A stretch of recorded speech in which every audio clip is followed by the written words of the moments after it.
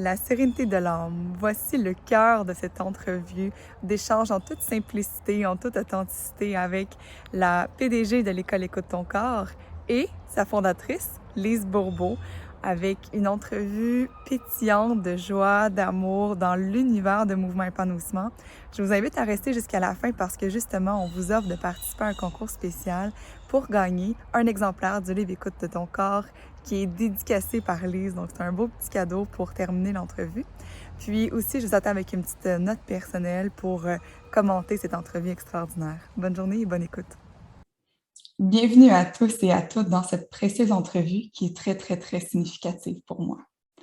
Celle dans laquelle j'ouvre l'espace à un partage intime avec la PDG de l'École Écoute ton corps international, Monica, ainsi que sa mère, la fondatrice de l'école, Lise Bourbeau. Bon matin, mesdames. Bon matin à tous. C'est tellement un privilège de vous accueillir sur le podcast Sereine. Merci d'avoir dit oui à mon invitation spéciale, de vous honorer finalement aujourd'hui. Je vous dis honorer parce que je ne vais pas vous présenter comme peut-être on vous présente d'habitude. J'ai envie d'être originale un peu. Parce que j'aurais pu vous présenter comme étant les femmes à la tête d'une école internationale, œuvrant dans le bien-être global depuis près de 40 ans, ou ayant comme mission encore de contribuer à la paix mondiale en enseignant la paix intérieure. J'aurais pu aussi présenter Lise en disant que c'est une écrivaine du livre Écoute ton corps, mais Les 5 blessures et plusieurs autres qui sont vendus à plus d'1 million d'exemplaires, ce qui est incroyable. Ou j'aurais pu présenter Monica comme étant une femme d'affaires et de cœur qui dirige l'école et des ateliers qui sont enseignés dans plus de 28 pays et 11 langues, ce qui me fait encore halluciner à ce jour. Mais c'est pas comme ça que j'ai envie de vous présenter parce que je veux vous honorer aujourd'hui et je veux que les gens vous découvrent à travers mes yeux, à travers un peu plus un partage intime. Alors, permettez-moi de vous raconter une petite parcelle personnelle. J'ai rencontré Lise à travers Écoute ton corps lorsque j'avais environ 20 ans. C'est un moment très significatif de ma vie parce que j'allais rentrer à l'université et c'était le début de ma vie professionnelle où est-ce que je sentais que j'étais en train de devenir une femme.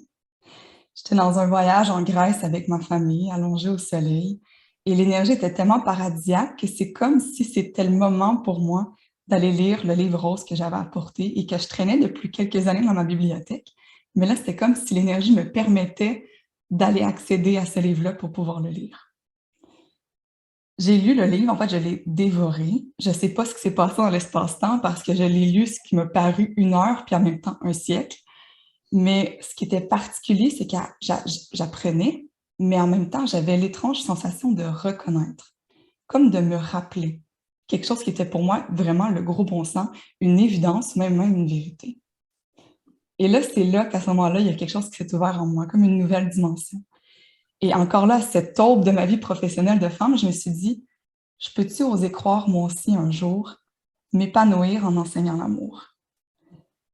Et après 5 ans, plus de 1 000 heures de formation et les diplômes Écoute ton corps, je suis en train aujourd'hui, mesdames, de vivre de mes rêves avec Écoute ton corps en enseignant à travers les ateliers d'animation d'Écoute ton corps, mais aussi en étant en relation d'aide avec des clientes dans mon entreprise.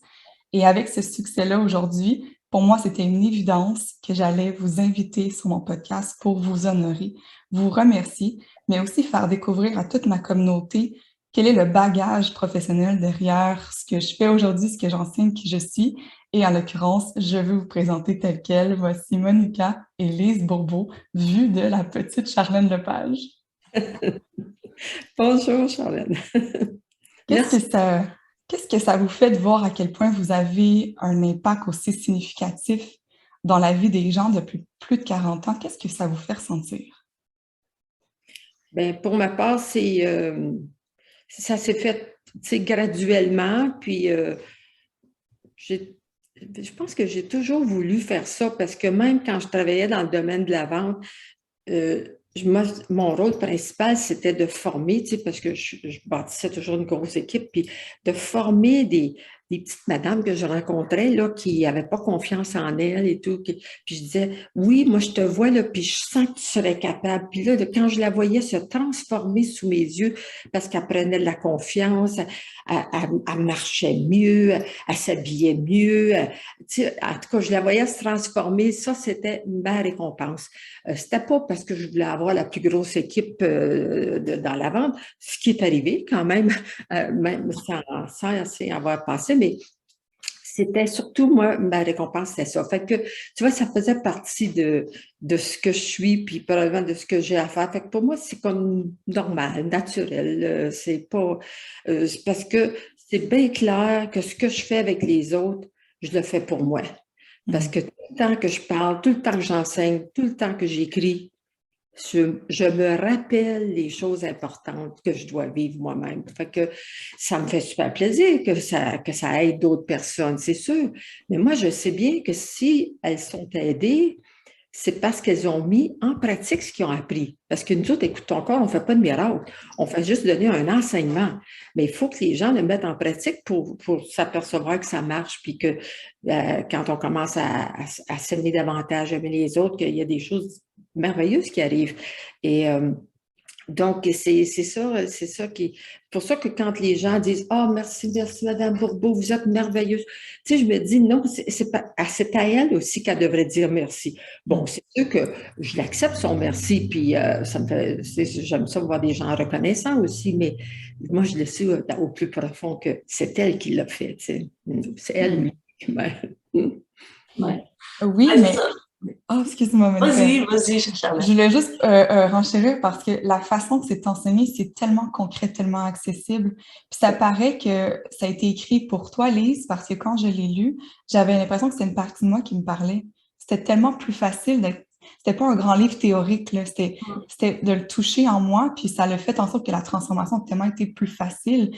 Oui, je me donne aussi les fleurs d'avoir fait le chemin, mais en même temps, j'avais vraiment l'impression d'être guidée à travers les livres, tout simplement.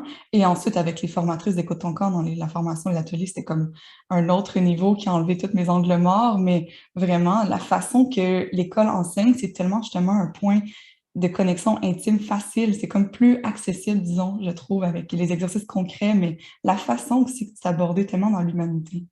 Ouais. Mais ça fait 40 ans qu'on fait ça. Bientôt 40 ans. L'année prochaine, on va fêter nos 40 ans. Donc, c'est sûr que la structure est solide, puis on l'améliore même à chaque année. Les formateurs, ils se mettent ensemble, puis ils améliorent les ateliers à chaque année.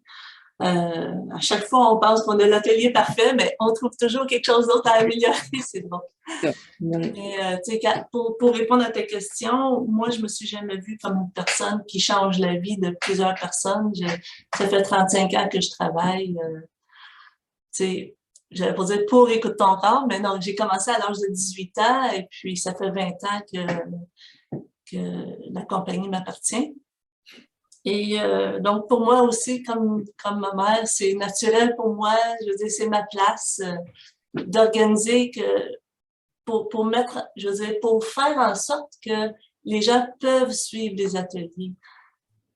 C'est dans le plus de villes possible, puis maintenant en ligne. Alors, je fais juste mon travail et puis mais comme Lise, c'est ça, on est toujours heureux de recevoir tous les témoignages qu'on reçoit. Mais il n'y a pas personne, écoute, encore qui se prend pour un autre ou qui se dit ah, j'ai guéri la personne ou c'est grâce à moi.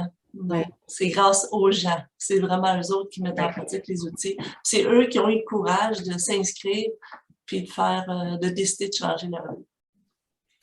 Ah oui, parce que la différence, pourquoi que dans le plan divin, là, qu'il fallait qu'il y ait moi puis Monica, Écoute ton corps, pour bâtir ça, puis ensuite son conjoint qui a fait le trio. Mais c'est que moi, j'ai la vue d'ensemble. pour le senti, la façon de vivre, que ça aide à ça. Puis Monica, elle a une vue d'ensemble au point de toute la gestion d'écoute ton corps, tu sais, la grande machine pour que tout fonctionne comme il faut. Fait qu'elle a un rôle très important parce que moi, si j'avais été obligée de faire ça, ben, je l'ai fait pendant plusieurs années avant qu'elle prenne la relève, mais ça m'enlevait du temps et de l'énergie pour juste l'enseignement parce que moi, c'est l'enseignement que j'aime. Puis c'est et pourquoi c'est aussi facile? C'est parce que moi, je suis une personne pratico-pratique. Hein, je suis un 22-4 là, dans la numérologie, puis il faut que ce soit pratique. Alors, pour que ce soit pratique, il faut que ce soit simple. Puis quand j'ai appris que la simplicité, c'était une des marques d'intelligence, oh, ben, j'étais super contente parce que moi, j'ai toujours tout voulu simplifier. Puis même dans le domaine de la vente, c'est ça qui m'a permis de devenir numéro 1 du Canada, des États-Unis, parce que tout ce qui m'enseignait dans la vente, là, moi, là, je faisais toutes mes petites synthèses dans ma tête, là, puis là, je simplifiais les choses, puis j'avais des bons résultats. Ça fait que c'est sûr que si j'avais pas fait 15 ans dans la vente, il n'y aurait pas d'écoute ton corps, parce que j'ai beaucoup appris, là, tu sais, sur moi, développer ma capacité d'être tenace, fonceuse, puis tu sais, de ne pas me laisser arrêter, puis optimiste, puis tout ça. Et puis, puis là, j'ai tout appliqué ça dans l'écoute de ton corps. Fait que la vie est tellement parfaite, là. C'est comme, moi, j'ai toujours dit, j'ai mon chef d'orchestre qui est toujours en train d'orchestrer ma vie. Là, il fait arriver une affaire qui me semble anodine. Puis là, je m'aperçois que ça, c'était nécessaire pour que ça arrive. Tu sais, ça c'est depuis le début de tout le temps, tout ce que j'ai vécu. Petite, adolescente et tout, tout un lien ensemble, tout a amené à écouter ton corps. Tellement. Puis ça nous apporte aussi cette espèce de lâcher-prise-là, vu qu'on est consciente qu'il y a un chef d'orchestre, pardon, qu'on choisit d'y croire, puis qu'on lâche prise un peu en sachant que c'est pour le bien, puis qu'on est guidé, puis que tout ce qui nous arrive, on a les outils en soi pour le traverser. Ça nous amène finalement comme finalité avec une saveur qui représente un petit peu ce qu'on appelle la paix intérieure chez Écoute ton corps et ce que moi, dans mon univers, j'appelle la sérénité. Et j'ai envie aujourd'hui, j'ai intitulé l'épisode La sérénité de l'âme parce que lorsque j'ai été chercher un petit peu l'étymologie du mot sérénité, ça vient d'une traduction du latin serenitas qui signifie le calme du ciel. Fait que ça revient un petit peu à ce que Lise dit, là, il y a une espèce de chef d'orchestre divin qui est là dans un plan divin qui me permet finalement d'être en sérénité, autant dans mon humaine, une espèce de connexion avec mon âme. Puis j'aimerais ça vous entendre peut-être en commençant avec Lise. Qu'est-ce que ça évoque pour toi, l'expression la sérénité de l'âme? Oui. Ben, pour moi, la sérénité, c'est les deux mots qui me viennent, c'est le calme puis la confiance. Puis pour moi, Monica, c'est le modèle de sérénité dans toute ma vie. C'est vraiment. Combien de fois, moi là, je suis la fonceuse et tout, puis, tu sais, je veux faire plein d'affaires. Puis là, des fois, je vivais des moments de stress. Elle arrive, toujours calme, elle a toujours confiance qu'elle va trouver la solution. Puis elle la trouve tout le temps. Et puis, tu sais, ça m'aide, ça m'a beaucoup, beaucoup aidé. Puis tu sais, puis Monica, je sais qu'elle a besoin de moi avec la fonceuse qui a des nouvelles idées, puis qui veut toujours aller de l'avant. Et, mais pour moi aussi, pour être serein, il faut être sage. Parce que c'est pas la même chose que la sagesse. La sagesse, pour moi, c'est de penser avec mon cœur. Tu sais, quand je pense, il ne faut pas que ça soit juste avec le mental. Il faut qu'il y ait aussi, ça me fait sentir comment, puis est-ce que ça répond à un besoin? Ça, c'est la sagesse. Fait que pour moi, une personne sereine, il faut qu'elle ait de la sagesse aussi derrière ça. Tu vois, c'est la capacité de rester calme, quelle que soit la situation, puis de savoir, tu sais, avoir cette confiance absolue, de savoir qu'il y a toujours une solution, tu sais. La capacité à rester calme parce que j'ai confiance, Oui. ça résume tellement bien la sérénité de l'âme, le calme du ciel. Wow, merci Lise. Monica, qui est finalement l'emblème, l'incarnation de la sérénité de l'âme, est-ce que tu veux nous partager ce que ça évoque pour toi? Oui, ben c'est sûr qu'on pourrait tous définir ça d'une façon différente. Hein? Il y a des mots qui nous parlent plus que d'autres. Là. Mais pour moi, la sérénité, c'est être capable de juste être observatrice de tout ce qui se passe autour de moi, en moi, puis d'accepter ce qui se passe. C'est de pas me battre contre, c'est pas chialer, c'est pas me plaindre, c'est pas réagir avec toutes sortes d'émotions. C'est, oui, de faire confiance à la vie, parce que la vie est parfaite de toute façon. Donc, vraiment pour moi, être sereine, c'est juste d'observer, accepter, puis laisser aller. C'est ça, la sérénité. Puis, une belle nuance que tu apportes d'accepter puis de consentir à la vie, même si on n'est pas d'accord ou que c'est pas nos préférences. Ça rentre dans la sagesse aussi. Oui. Si on n'arrive pas à juste observer ce qui se passe puis de l'accepter, sans vivre d'émotions désagréables, c'est parce qu'il y a quelque chose en nous qui bloque, soit une croyance qui nous pousse à juger que telle chose ou telle personne est bien ou mal, ou si on ressent une souffrance intérieure, ben là, c'est nos blessures qui sont en jeu, alors les blessures non guéries, là. Donc, si on veut augmenter les moments de sérénité, il faut vraiment prendre la responsabilité de nos malaises intérieurs, puis les accepter, encore une fois, les accepter. Et en les acceptant, ben, on va trouver les moyens pour nous aider, à nous libérer de ces blocages-là. Wow! Je trouve ça tellement beau, puis c'est tellement simple. En fait, c'est pas le concept qui est compliqué ou tordu à saisir, c'est la simplicité. Puis là, c'est dans l'intégration, lorsque je vis une émotion, lorsque ça monte, puis qu'il se présente des événements, d'avoir des outils ou même une espèce de guidance pour nous ramener, parce que c'est normal parfois que l'ego nous fait bouger, puis qu'on vit des émotions, mais de nous ramener à, ben j'ai confiance. Et la confiance puis l'acceptation de peu importe ce qui se présente à moi, de consentir à la vie dans tout ce qu'elle est, sachant que ça fait partie de mon plan divin, ça nous amène finalement à ce calme-là, qui est la sérénité de l'âme, là, si on est notre thème d'aujourd'hui. Mais tu sais, c'est toujours, quand on donne des définitions comme ça, c'est toujours des belles phrases, puis des beaux mots, puis c'est ça. Moi, j'en ai tellement lu des livres là, avant de créer Écoute ton corps. Là, ça faisait 15 ans que je faisais, je lisais des livres, puis je faisais des ateliers, puis c'était toujours des belles phrases comme ça, l'amour, la sérénité, la sagesse.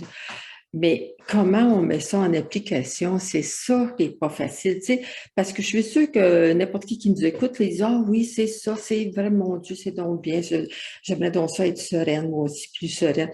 Mais c'est là qu'on a beaucoup de travail à faire parce que c'est complètement différent de tout ce qu'on a appris dans notre enfance, tu sais, au plan, je sais pas moi, que ce soit religieux, scolaire, familial, tu sais, social. On n'a pas appris à ces choses-là, puis comment mettre ça en application. Fait que c'est là qu'est notre travail le plus important, encore, de trouver des moyens concrets, faciles, que les gens peuvent mettre en application. C'est pour ça que tous mes outils que je crée, c'est toujours sous forme de questions. Fait que les personnes ont plein d'outils à la maison, mais il faut qu'ils s'arrêtent. Puis il faut qu'ils vivent une émotion. Bien, s'ils prennent la feuille nécessaire, puis ils commencent à se poser des questions, bien, là, ils ont une chance de trouver une réponse à l'intérieur d'eux. C'est parce que c'est pas nous autres, hein. Nous autres, on leur a fourni l'outil, mais il faut qu'ils le mettent en pratique. Puis ça, je m'aperçois que c'est vraiment pas facile. Là. J'ai des personnes proches là, dans ma famille, dans les amis, là, qui savent tout ça, là, puis ont lu tous mes livres. Puis mais mon Dieu, ils ont de la difficulté à le mettre en pratique. Puis ils disent, « Oh, je l'avais oublié, celle-là, Lise! » C'est des choses qu'ils savaient, mais et puis l'ego est tellement fort, hein, il veut pas qu'on fasse ces choses-là, notre ego. L'ego, il n'aime pas écouter encore, mais pas du tout. Ah, mais oui, c'est vrai que c'est l'intégration puis les outils qui nous permettent de l'appliquer parce que c'est comme si la connaissance, vu que ça va être expérimenté, ça devient vraiment une nouvelle énergie en soi, une nouvelle prise de conscience, puis qui, peu importe si on l'a lu 10 fois le mot sérénité, lorsqu'on le vit, j'ai une émotion que je vais conscientiser, que je vais accepter, que je vais transformer, qui va m'agrandir. Ah, ben là, ce que je goûte, c'est ça la sérénité, puis c'est malgré que l'ego, on dirait que malgré tout, ça goûte tellement bon, je le ressens tellement comme dans mon ADN, ça vibre tellement le paradis, ça me rappelle, on dirait, l'énergie, l'ambiance que j'ai peut-être déjà eue à quelque part, puis que j'y reviens parfois, puis je me dis, ça me donne le courage de traverser peut-être une émotion que j'ai envie de faire du déni. J'ai envie de le traverser, de le transformer parce que je sais que derrière ça, ça fait partie de mon plan divin, de mon évolution, de la guérison de mes blessures. Et ce que ça goûte après, c'est tellement bon que quand on commence, c'est comme si quand on vit notre première douceur, notre première guérison, notre première transformation, on est comme, oh wow, ça me donne l'audace, peut-être le courage de traverser d'autres épreuves parce que maintenant, on voit que l'autre côté, ce que ça goûte, ce que le ciel ressemble, ce qui est le calme du ciel ou le paradis de quand je me revois en Grèce avec le beau coucher du soleil, c'est tellement beau, c'est tellement bon que finalement, on a envie d'y retourner malgré tout. C'est vrai. Ouais. Puis plus on met en pratique les outils, parce que nous, on enseigne plein d'outils, mais on a tous nos propres outils aussi qu'on a peut-être appris ailleurs ou sur le tas, ou nos parents nous en ont peut-être enseigné une couple, là. Mais quand on les pratique souvent, ça vient, c'est comme une seconde nature, là. Dès qu'il y a quelque chose qui se passe, puis on l'observe, puis on dit, ah, ça réveille quelque chose en moi, on prend la responsabilité, on dit pas que c'est la faute de l'autre, qu'on a un malaise. Juste ça nous aide à se calmer, puis à demeurer observateur, puis on peut être serein. Là, on trouve la solution si c'est un problème qu'on doit résoudre. Alors, mais ça se fait vite, là, tu sais, au début, oui, on apprend un nouvel outil, il faut se rappeler de l'utiliser, il faut sortir peut-être notre document ou prendre le livre, mais à un moment donné, ça vient tellement vite, puis on a tous nos outils préférés, hein, on a peut-être tous 2, 3 outils, puis ça vient vite, là. Puis à un moment donné, on n'a même plus besoin de les mettre en pratique. La sérénité est installée, là. C'est ça. Je me sens comment, j'ai peur de quoi, ça me fait... c'est vrai. Mais les gens, on n'a jamais appris à sentir quand on était jeune, donc il faut s'arrêter pour se le demander, tu sais. Ben, on parle d'outils concrets, on parle de mise en pratique, on parle d'exercices. Il y en a plusieurs que vous donnez généreusement. Écoute, ton corps est présent sur YouTube, même sur son site Internet. Il y a plein d'outils gratuits qui sont téléchargeables. Il y a plein de blogs, de livres qui je me régale de lire à chaque mois. Je vous invite vraiment à aller vous abonner à l'infolette pour avoir justement. Puis il y a des exercices aussi qui sont donnés, des exercices concrets qui sont donnés. Il y a aussi sur l'Instagram, le bel Instagram, le compte Instagram d'Écoute ton corps dans lequel il y a des rappels. Des petits rappels quotidiens qui nous ramènent, puis qui nous ramènent d'autres exercices, d'autres outils, qui est concret, puis c'est gratuit. Donc, n'hésitez pas à aller vous connecter, vous entrer dans l'ambiance d'Écoute ton corps pour pouvoir justement avoir accès à ces petits rappels-là, ces exercices qui sont vraiment d'une belle richesse. Mais encore plus, aujourd'hui, on a eu la grande générosité de l'école Écoute ton corps de faire tirer un exemplaire du livre Écoute ton corps, ton plus grand ami sur Terre, dédicacé par la merveilleuse Lise, gracieuseté de l'école. Et dans le livre, il y a plein d'exercices. Donc vraiment, vous allez être bénis pour celles qui veulent participer. Ça va être dans un concours. On vous invite tout simplement à participer au concours en 2 étapes. La première, je vous invite à aller vous abonner au compte Instagram d'Écoute ton corps, tout simplement, et de Mouvement Épanouissement pour que je puisse suivre votre participation. Et ensuite, ce que je vous invite à faire, c'est partager l'extrait d'entrevue que vous allez trouver sur le compte de Mouvement Épanouissement. Je vais tout mettre les liens ici dessous sur la vidéo et d'identifier Écoute ton corps et Mouvement Épanouissement pour que je puisse aller comptabiliser avec mon équipe, tous les participants et offrir le livre dédicacé qui va être nommé et annoncé selon la grande gagnante ou gagnant ce vendredi 29 octobre à midi, heure du Québec, aux 18h, heure de France. Mais je voulais vous dire merci, Monica et Lise, de nous offrir ce livre, mais surtout, merci d'avoir ouvert l'espace de la sérénité, d'avoir partagé avec nous cet épisode de podcast. C'est d'une richesse vraiment extraordinaire, puis je reconnais tout le temps et l'énergie que vous m'offrez. Pour moi, c'est une belle bénédiction. Ah, ça m'a fait vraiment plaisir. Je fais pas souvent des entrevues, comme tu sais, hein, c'est toujours Lise habituellement, mais vu qu'on se connaît, tu m'as demandé de participer avec Lise. J'ai dit, bah, pourquoi pas? Ben, merci à toi aussi d'être aussi convaincu, puis dédié, puis tu es vraiment un bon porte-parole pour Écoute ton corps, puis on voit que tu mets en pratique ce que tu dis aussi. Tu sais, on le sent que c'est bien intégré chez toi, puis ça, c'est important, parce que c'est sûr que moi, j'ai eu la chance d'assister à tellement d'ateliers, puis de voir toutes sortes d'animateurs, puis souvent, j'étais déçue. Je disais, ben, c'est beau ce qu'il dit, mais il me semble qu'il manque quelque chose. Puis ce qui manquait, c'est que je ne sentais pas que cette personne-là en avant mettait en pratique ce qu'elle enseignait. Puis ça se sent, ça. Parce que, puis ça passe hein, au travers. Puis c'est pour ça que moi, pour mes animateurs et animatrices, ça prend plusieurs années avant que quelqu'un devienne animateur avec tout encore, parce qu'on s'assure que c'est quelqu'un qui met en pratique. Ça ne veut pas dire qu'on est rendu des saints, puis qu'on n'a jamais d'émotion, puis qu'on ne vit pas des colères des fois, mais c'est qu'on sait quoi faire. Tu sais, tout de suite, moi, je viens de avec la COVID, j'en ai vécu des colères. Je dis, c'est pas cohérent, c'est ci, c'est ça, c'est quoi ces règlements-là? Bon, ça dure quoi? 1 minute, 2 minutes? Bon, OK, Lise, là, je les juge de quoi? Je me sens comment? Puis là, ça m'est fait question, tu sais. Fait que là, je fais mon travail intérieur, là, je découvre là, qu'est-ce que ça vient réveiller en moi. Et puis, mais c'est ça, avec les outils, c'est que on continue à être des humains. On va toujours être des humains avec des émotions. Il va toujours en avoir, mais ça dure pratiquement pas. Ça n'a pas le temps de faire du dommage. Ça n'a pas le temps de faire un dommage dans nos relations. Ça n'a pas le temps de rendre notre corps malade.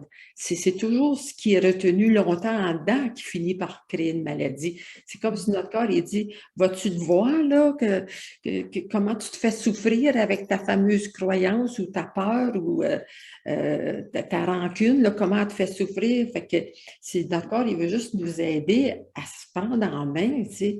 Mais quand on commence à mettre en pratique les différents outils pour revenir au calme intérieur, mais c'est ça, ça dure vraiment pas longtemps. Puis on en rit, hein? Je sais pas, vous savez toutes les deux, on va se dire, oh mon Dieu, comme j'ai réagi pas mal, hein? Puis ça, on est capable de rire de nous autres. Ouais. Ah, mais c'est vrai que la légèreté, j'ai déjà fait d'autres séminaires de développement personnel, puis c'était lourd. On dirait que je sortais avec un mal de tête. Je trouvais que l'énergie était dense, tu sais. Tandis que dans un atelier Écoute ton corps, nombre de fois que j'ai ri et pleuré en même temps, on dédramatise, on dirait même dans mon quotidien, quand je me vois être, par exemple, quelque chose que je veux vraiment pas être vis-à-vis de mon conjoint, ben je vais l'identifier, puis je vais comme le mettre en tierce partie. Je suis comme, mais à quel point que c'était fort, hein, cette réaction-là qui vient de se passer. Puis d'en rire comme avec détachement, avec amour, de dire comme, mais oui, j'ai vécu une expérience, mais je ne suis pas l'expérience, je ne suis pas en train de me dénigrer, je suis pas d'accord avec ça, mais c'est là. Puis je trouve que cette espèce de aura-là, de joie qui se dégage d'Écoute ton corps, puis même quand on appelle au siège social, quand on a, tu sais, Suzanne nous répond en gants bandant, Jasmine est là, répond à nos courriels, c'est tellement facile, c'est tellement le fun. Puis je pense que vraiment, Lise, tu viens de donner un point que j'avais pas jamais vu, à quel point que l'école, toutes les personnes qui y sont, il y a au-delà de ce qu'on enseigne, ce qui est vraiment intégré, ce qu'on expérimente, comment on se sent quand on rentre dans l'école. Puis, je vais juste faire une parenthèse pour honorer Manon Pelletier, qui a été pour moi mon enseignante, ma consultante, qui, au-delà de ce qu'elle me partageait, la personne qu'elle était, puis comment qu'elle vivait, ça m'a tellement inspirée. C'est comme si les enseignements rentraient dans une partie de ma compréhension, mais de la voir vivre a comme entré quelque chose d'autre que j'ai codé sans comprendre. Puis ben, ça, c'est tout en votre honneur, vraiment, d'avoir réussi à créer une école avec autant d'amour, de joie, de légèreté et de cohérence, une espèce de transparence dans les enseignements. Je trouve ça beau, beau, beau. Merci d'avoir été avec nous. Je prends pas plus de votre temps. Je vous remercie infiniment. Merci, j'apprécie tellement et je suis sûre que tous les auditeurs et auditrices vont avoir apprécié aussi. Bon, ben merci à toi, puis bonne chance hein, dans tous tes projets. OK. Merci, Lise. Merci, Charlène. Bye. Bye-bye. Bye. Merci d'avoir écouté jusqu'à la fin. Merci d'avoir été là et bienvenue dans l'univers de Mouvement Épanouissement grâce à cette belle entrevue avec Lise et Monica.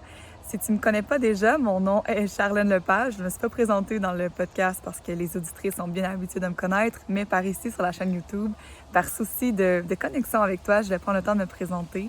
Je suis étudiante graduée maintenant de l'École Écoute ton corps comme animatrice, comme consultante en relations d'aide. Donc, je fais les ateliers, des relations individuelles, des consultations et j'ai le bonheur d'animer aussi des événements avec la belle bannière de Mouvement Épanouissement, qui est l'entreprise que j'ai fondée pour avoir une communauté en ligne de femmes que moi j'appelle les reines qui s'épanouissent ensemble, soit à travers le yoga en virtuel ou différents services de consultation virtuelle, d'événements en présentiel et de retraite.